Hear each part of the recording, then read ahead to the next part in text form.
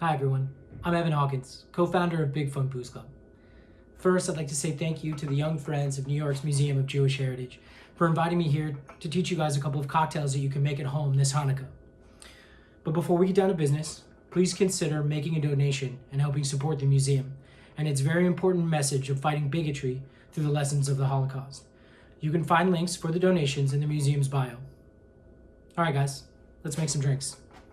First, we're gonna make the old fashioned, right? This is one of the oldest cocktails around. So for the sake of the new way of doing things, I'm gonna kind of teach you an updated, easy at-home version. So what I've done is I take that sugar in the raw that you can find in the grocery store, Demerara sugar or rich cane sugar, and you just equal parts. You take a cup of sugar and a cup of water. Make sure the water is piping hot, preferably on a simmer.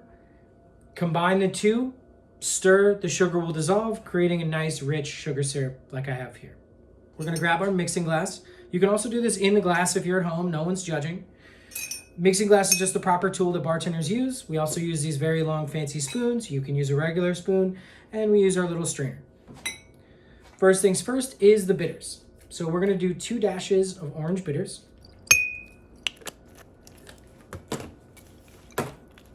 And 3 dashes of regular Angostura bitters.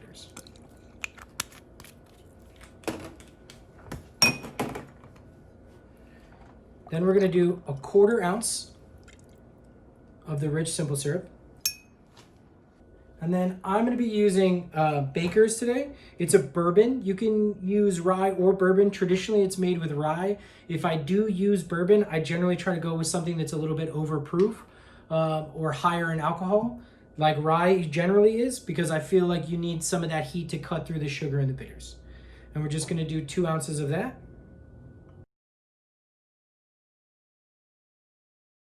Then we're gonna add our ice. And then I just tuck it in nice and smooth and stir. You can stir this in the glass, or you can, if you have a mixing glass at home in your home bar, this is what it's used for.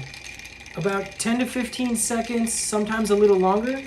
Just touch the outside of the glass, and if it starts to get ice cold, that's when you know it's done. And then I made a fancy large cube for our old fashioned. Goes in the glass. We take our nice little julep strainer.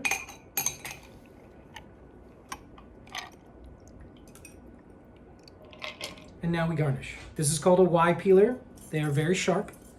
And this is the easiest way to do this. So, take the end of the orange, point it north. Take your Y peeler, rest it against it like so. You're gonna pull this way, right? Use your thumb for support. Put your hands on the side, don't wanna lose any digits. And peel. Pull it towards you. Should have a nice pith. Keeps the oils in there. And then you're just gonna hold it in your fingers and spritz it across the top. Voila, old fashioned. Next up, guys, we're gonna do a very fun take on a very fun drink that I love, the Mojito. So I'm gonna kind of teach you my home method. Again, using the simple syrup that we created for the old fashioned. So I like to do 3/4 of an ounce. Then I like to do an ounce of lime juice. Another cool fact, if you don't know, you don't have to really measure out your lime juice. About 1 lime is equal to 1 ounce of lime juice, just so you know. Get a little hand squeezer.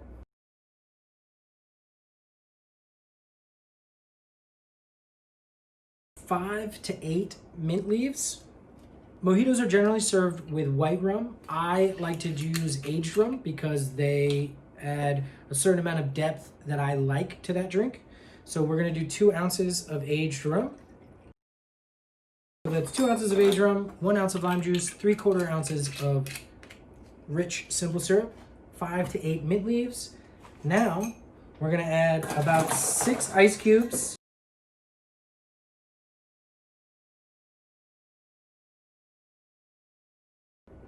Look at that, nice and green and pretty. Now we just grab a couple of mint sprigs that I've prepped, slap them in.